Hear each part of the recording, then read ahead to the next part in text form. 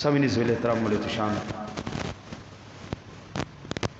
اللہ وحدہ لا شریک کے پاک کلام کی تلاوت اور محبوب کریم علیہ الصلوۃ والتسلیم کی بارگاہ مقدسہ میں ہدیہ عقیدت پیش کرنے کے بعد سب سے پہلے دعا گو ہوں اللہ وحدہ لا شریک اپنے حبیب کریم علیہ الصلوۃ والتسلیم کے صدقہ حق و سچ کرنے کی توفیق عطا فرمائے۔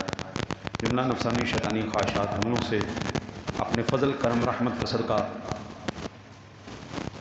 مجھے تمام آسمانی زمینی آفات و بلیات سے ہمیں محفوظ فرمائے۔ کریم آقا علیہ الصلوۃ والتسلیم کے صدقے جو آیات احادیث مبارکہ تلاوت کرنے کا شرف حاصل کروں، اللہ سے ہی ترجمہ اور تشریح کرنے کی توفیق عطا فرمائے۔ تقریر بلا تمہید، یہ آج کا دن یادگار ابراہیم علیہ السلام کے طور پہ منایا جاتا ہے، اور اس کا ذکر پاک جو میں عرض کرنے لگا ہوں ابتداءً سورہ صافات ہے۔ ارشاد باری تعالیٰ ہے رب ھب لی من الصالحین۔ حضرت سیدنا ابراہیم علیہ نبینا علیہ الصلوۃ والسلام نے اللہ کی بارگاہ میں عرض کیا، اے پاک پروردگار عالم، مجھے ایک صالح حلم والا بردبار بیٹا عطا فرما۔ اولاد ضرور مانگے لیکن اللہ سے نیک اولاد مانگے، اولاد ضرور مانگے، اللہ سے نیک اولاد مانگے کہ جو زندگی میں بھی اور مرنے کے بعد بھی آپ کے آنکھوں کی ٹھنڈک بن جائے۔ فبشرناہ بغلام حلیم، پس ہم نے انہیں بڑے بردبار بیٹے اسماعیل علیہ السلام کی بشارت دی۔ اولاد بڑی کمال چیز ہے۔ قرآن کہتا ہے انما اموالکم و اولادکم فتنہ، یہ اولاد اور مال یہ فتنہ ہے، یہ آزمائش ہے۔ اسی کی خاطر بندہ دو نمبریاں کرتا ہے، اسی کی خاطر بندہ حرام خوریاں کرتا ہے، اسی کی خاطر بندہ رشوتیں لیتا ہے، اور بندہ کہتا کیا ہے کہ مجھے تو کوئی ضرورت نہیں، لیکن ظاہری بات ہے گھر والوں کی بھی ضروریات ہیں جس کو ہم نے پورا کرنا ہے۔ اللہ وحدہ لا شریک نے حبیب کریم علیہ الصلوۃ والتسلیم کے صدقے ہم پر یہ احسان کیا ہے کہ جتنی بھی اچھائیاں تھیں اور وہ تمام کے تمام اوصاف جو سپرلیٹو ڈگری میں استعمال کیے جاتے ہیں وہ سارے اکٹھے کر کے ہمیں عطا فرما دی۔ ساری نعمتیں، ساری برکتیں، ساری رحمتیں ملا کے اللہ نے کہا لے سونے حبیب تیری امت کے لیے، اور صدقہ حضور کا ہے۔ فلما بلغ معه السعي قال يا بني اني ارى في المنام اني اذبحك فانظر ماذا ترى قال يا ابت افعل ما تؤمر ستجدني ان شاء الله من الصابرين۔ پھر جب وہ اسماعیل علیہ السلام ان کے ساتھ دوڑ کر چل سکنے کی عمر کو پہنچ گیا تو ابراہیم علیہ السلام نے فرمایا اے میرے بیٹے، میں نے خواب دیکھتا ہوں کہ تجھے ذبح کر رہا۔ انی ارا، یہ فعل مضارع ہے جی، اور ارا میں مضارع جو استمرار کے لیے آتا ہے، یعنی بار بار یہ خواب دیکھا۔ ارا فی المنام، خواب دیکھتا ہوں، انی اذبحک فانظر ماذا ترى، بچے تیرا کیا پروگرام ہے، نو بتا۔ آہا، قرآن بتاتا ہے اولاد ہو تو ایسی ہو۔ باپ کہے بیٹا میں تجھے ذبح کرنا چاہتا ہوں، اولاد کا حق یہ ہے، باپ کو یہ نہ کہے ابا جی تمہیں پتہ کوئی نہیں، تم چپ رہو، تمہیں کیا پتہ، تمہارا زمانہ اور تھا، ہمارا زمانہ اور ہے، ہم جانتے ہیں کہ دنیا کی اونچ نیچ کیا ہے۔ نہیں نہیں نہیں، قرآن کہتا ہے اولاد ایسی نہیں ہونی چاہیے۔ جب باپ کہے بیٹا یہ کام کرنا ہے تو کرنا ہے، باپ کہے میں تیرے ساتھ یہ کرنے لگا ہوں، تو پھر قرآن کہتا ہے نیک اور صالح اولاد کا حق یہ ہے کہ وہ کہے یا ابت افعل ما تؤمر، ابا جی جو آپ کا دل کرتا ہے آپ کریں، جو آپ کو حکم ہو گیا نا جی، کیونکہ تیرے میرے خواب میں شیطان آ کے ہمیں غلط خواب دکھا سکتا ہے، لیکن اللہ کے نبی کا خواب کبھی غلط نہیں ہوتا۔ اللہ کا نبی خواب بھی وحی الہی کے ذریعے دیکھتا ہے، وہ خواب بھی وحی الہی ہے، یعنی تیرے میرے خیالات کے اوپر شیطان مسلط ہو سکتا ہے، لیکن اللہ کے نبی کے خیالات بھی اللہ کی نگرانی میں ہوتے ہیں، ان کے خیالات بھی محفوظ ہیں، خواب بھی محفوظ ہے۔ ہمارا تیرا خواب محفوظ نہیں، اللہ کے نبی کا ہر فعل ہر عمل محفوظ ہے۔ ستجدنی انشاءاللہ من الصابرین، آپ ضرور دیکھیں گے کہ جو آپ نے حکم دیا ہے جو آپ فعل کریں گے، اگر مجھے ذبح کریں گے تو انشاءاللہ مجھے صابروں میں سے پائیں گے۔ فلما اسلما وتلہ للجبین، پھر جب دونوں رضائے الہی کے سامنے جھک گئے، یعنی دونوں نے اللہ کے حکم کو تسلیم کر لیا، ابراہیم علیہ السلام نے اسے پیشانی کے بل لٹا دیا۔ او ہو عمر ہو پچھلی، اولاد ہو سونی، اللہ کا نبی نے جی بچپن سے ہی کمال صفات کا حامل ہوتا ہے، اور پھر یہ جو خاص صاحبزادے ہیں اسماعیل علیہ السلام، اور یہ تو پھر کمال ہی اللہ نے ان کو کمالات کا تو منبع بنا دیا، کیونکہ اسی میں سے تو میرے سونے حبیب جلوہ گر ہونے والے تھے۔ یہ وہ نسل پاک ہے جہاں سے کریم آقا جی علیہ الصلوۃ والسلام نے جلوہ گر ہونا تھا۔ اس لیے فرمایا فلما اسلما وتلہ للجبین، جب اللہ کی رضا کی خاطر ابراہیم علیہ السلام نے اپنے بیٹے کو لٹا دیا۔ اب حکم کیا تھا؟ اللہ کے راہ میں قربان کر دو اپنی اولاد کو، یعنی وقف کر دو۔ ابراہیم علیہ السلام ایکسٹریم لیول پر جا کر اللہ کے احکام پر عمل کر رہے ہیں۔ فرمایا مولا دیکھ تیری راہ میں اپنا بیٹا بھی قربان کر دو۔ 86 سال کی عمر یا 90 سال کی عمر میں اللہ نے اولاد دی، اولاد بھی خوبصورت، علم والی، بردباری والی، نیک اولاد، صالح اولاد، تابع دار اولاد، پھر اس کو اپنے ہاتھ سے ذبح کرنا، یہ وہی چھوٹے معمولی جو ہے نا کام نہیں۔ بندہ تو کسی بچے کے منہ پہ تھپڑ مارنا پسند نہیں کرتا، کو جا کے اس کو گرا کے ذبح کر دیا جائے۔ رب کریم نے فرمایا وَنَادَيْنَاهُ أَن يَا ابراہیم، سن ابراہیم بس کر، آپ نے حق ادا کر دیا۔ قد صدقت الرؤیا انا كذلك نجزي المحسنین، واقعی تم نے اپنا خواب سچا کر دکھایا، بے شک ہم محسنوں کو ایسے ہی صلہ دیتے ہیں۔ پھر فرمایا ان ھذا لہو البلاء المبین، بے شک یہ بہت بڑی کھلی آزمائش تھی، جس کو اللہ بڑی کہے وہ کتنی بڑی ہوگی۔ قل متاع الدنیا قلیل، یہ ساری کائنات کا سب جتنا بھی کچھ ہے قلیل سے، اور جس کا قلیل اتنا بڑا ہے اس کا کثیر کتنا بڑا ہوگا۔ فرمایا ان ھذا لہو البلاء المبین، بہت وفدیناہ بذبح عظیم، اور ہم نے ایک بہت بڑی قربانی کے ساتھ اس کا فدیہ کر دیا۔ یہاں پر یہ مضمون آگے بڑا تفصیلی چل رہا ہے، یہاں پر اس حصے تک اتنا کافی ہے، آگے میں آپ کو عرض کرتا ہوں۔ قرآن پاک کا ایک اور مقام ہے جی سورہ حج، فرمایا وَالْبُدْنَ جَعَلْنَاهَا لَكُم مِّن شَعَائِرِ اللَّهِ لَكُمْ فِيهَا خَيْرٌ فاذْكُرُوا اسْمَ اللَّهِ عَلَيْهَا صَوَافَ فَإِذَا وَجَبَتْ جُنُوبُهَا فَكُلُوا مِنْهَا وَأَطْعِمُوا الْقَانِعَ وَالْمُعْتَرَّ كَذَلِكَ سَخَّرْنَاهَا لَكُمْ لَعَلَّكُمْ تَشْكُرُونَ، اور قربانی کے بڑے جانور یعنی اونٹ اور گائے کو ہم نے تمہارے لیے اللہ کی نشانیوں میں سے بنا دیا ہے، اور ان میں تمہارے لیے بھلائی ہے، پس تم انہیں قطار میں کھڑا کر کے نیزہ مار کے نہر کے وقت ان پر اللہ کا نام لو، پھر جب وہ اپنے پہلوؤں کے بل گر جائیں تو تم خود بھی اس میں سے کھاؤ، اور قناعت سے بیٹھے رہنے والوں کو بھی، سوال کرنے والے محتاجوں کو بھی کھلاؤ، اس طرح ہم نے تمہارے لیے تمہارے تابع کر دیا ہے تاکہ تم شکر گزار بن جاؤ۔ اگلی آیہ مبارکہ انتہائی اہم ہے۔ آج کل وہ نا جی فیس بک اور یوٹیوب اور ٹویٹر کا زمانہ ہے، دیکھنے دکھانے کا زمانہ ہے، بلے قربانی کی اصل روح کیا ہے؟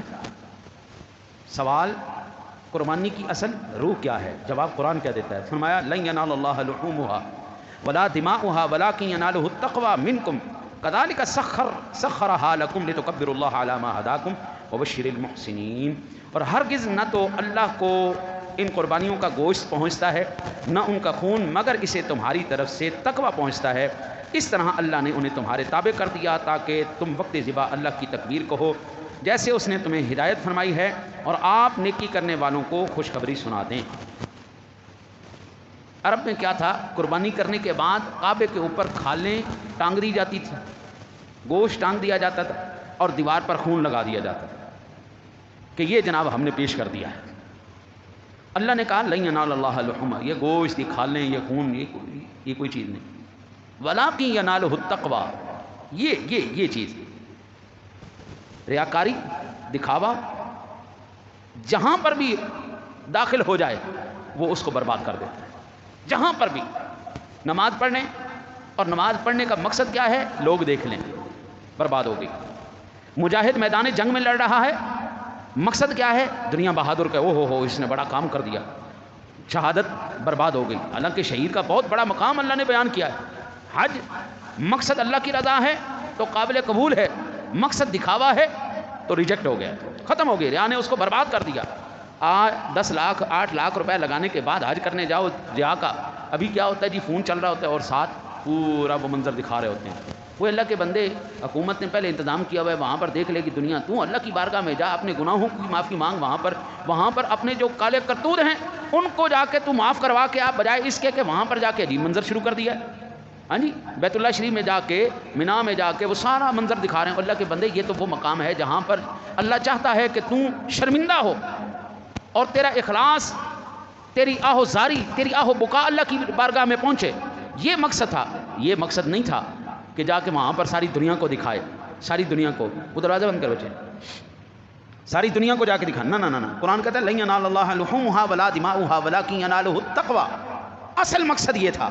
یہاں پر بھی قربانی کا جو اصل مقصد ہے وہ میں آپ کو عرض کروں. دیکھیں، فلسفہ قربانی اگر یہ ہے کہ خلوص، اثار اللہ کی راہ میں اپنے عزیز ترین چیز قربان کر دینا، یہ بھی ٹھیک ہے. آپ 2 دن 4 دن پہلے جانور لے آتے ہیں، یہ بھی ٹھیک ہے، اللہ کی راہ میں قربان تو کر رہے ہیں. مقصد یہ ہے کہ اس کو 3-4 مہینے پہلے لے کے آؤ، 3-4 مہینے پہلے لے کے آؤ، پھر اس کی کرو خدمت، اس کے ساتھ پیدا ہو انس. گھر کی مرغی ہو نا جی، تو ذبح کرتے ہوئے بھی ہاتھ کانپتا ہے. مرغی ہے نا، گھر کی ہے، اس کے ساتھ لگاؤ ہے. وہ ذبح کرتے ہوئے پھر کھاتے ہوئے تو دل نہیں کرتا اس کا. ٹھیک ہے، یہ 2 دن پہلے، آدھا دن پہلے آپ لے آئے تو اس میں کوئی حرج نہیں ہے.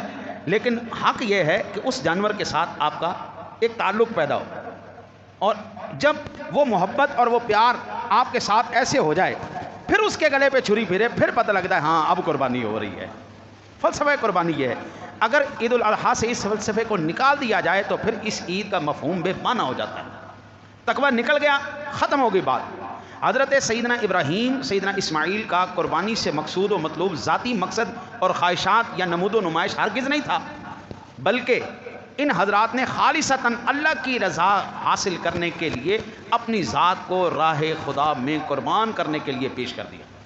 بھائی اپنی بیوی ہو اور بندہ بے سایہ جگہ پر، جہاں پر سایہ بھی نہیں، جہاں پر کھانے پینے کا کوئی انتظام بھی نہیں، وہاں چھوڑ کے چلا آئے، اور مقصد کیا ہو؟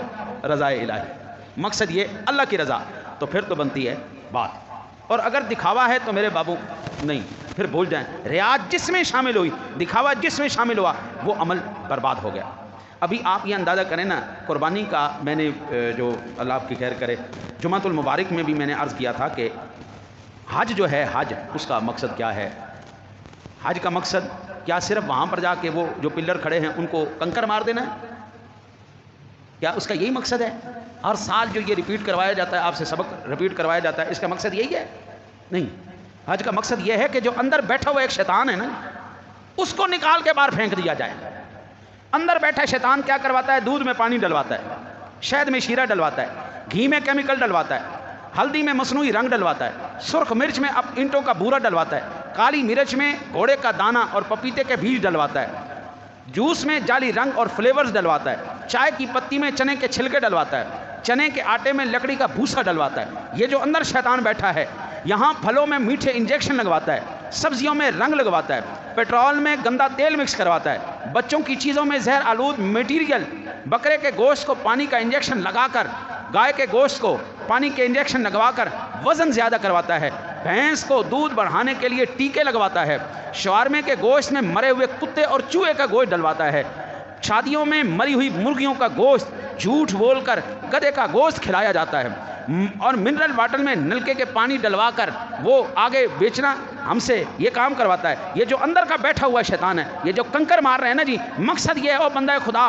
موبائل مارکیٹ میں جعلی فون کاپیاں بنا کر اصل بنا کر بیچے جا رہے ہیں، جعلی صابن، سرف، جعلی شیمپو، مگر سب اوریجنل ٹیگز کے ساتھ، 2 نمبر ادویات کی اصلی پیکنگ میں، ہسپتالوں میں جعلی ڈاکٹر، بازاروں میں بد نگاہی، جھگڑے، امتحانات میں نقل، مسلمان لڑکیوں کے ساتھ ہاتھ میں قرآن پاک کی جگہ فاسٹ ڈائجسٹ اور ناپ تول میں کمی، دوستی میں خود غرضی، محبت میں دھوکہ، ایمان میں منافقت، نوکری میں ناجائز سفارش اور رشوت، بجلی میں ہیرا پھیری، بے ریش چہرے، بے نمازی پیشانیاں، خواتین کے کسے ہوئے کپڑے، ننگے لباس، عبایوں میں فیشن، شادی بیاہ پر شراب نوشی، مجرے، فائرنگ، مرد و عورت کا اختلاط، مردہ عورتوں کے ساتھ قبروں میں ریپ، موبائل میں فحش تصویر اور فلمیں، ٹی وی پر ننگے ناچ، بھائی بہنوں میں نفرت، ماں باپ کی عزت میں عدم تکریم، رشتہ داروں سے قطع تعلقی، پڑوسیوں سے بدسلوکی، استادوں سے بدتمیزی، بغیر عمل کے علم، مساجد ویران، سلمہ گھر آباد، میاں بیوی میں نفرت، بچوں میں سختی،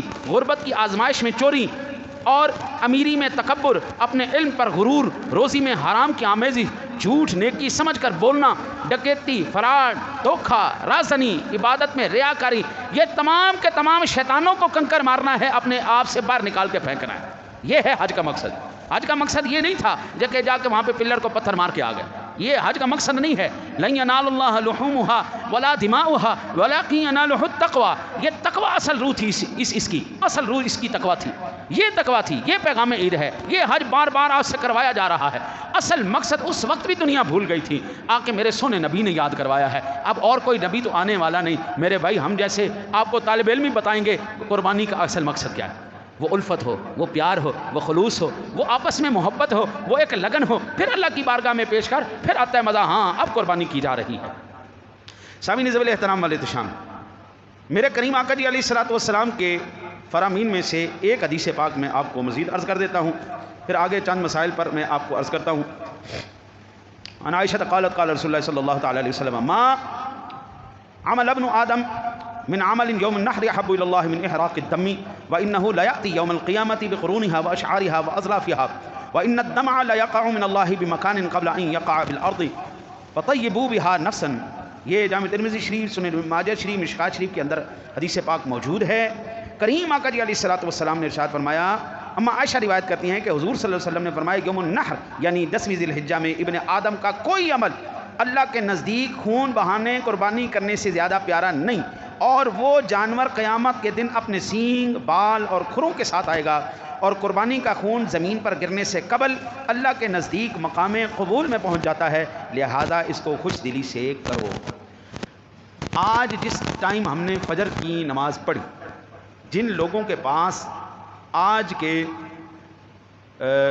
لحاظ سے 86,000 روپے سے 80 سے 86,000 روپے ہیں، وہ بندہ صاحب نصاب اضافی 52.5 تولے چاندی کے قیمت کے پاس جو چیز پہنچ جائے اضافی ہے، اس بندے کے اوپر قربانی واجب ہے، وہ لازمی قربانی کرے۔ قربانی نہیں کرے گا اس کے اوپر قیامت تک وہ لٹکتا رہے گا، چھوٹ نہیں سکتا۔ ٹھیک ہے جی۔